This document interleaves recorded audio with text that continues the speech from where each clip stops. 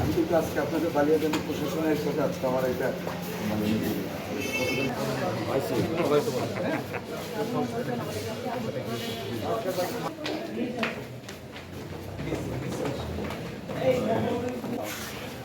ভাইজান আপনাদেরকে এত সকালবেলা পেয়ে গেলাম কীভাবে? আমি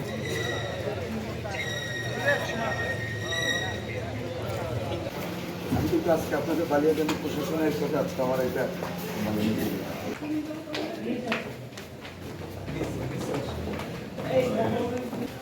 ভাইজান আপনাদেরকে এত সকালবেলা পেয়ে গেলাম কীভাবে?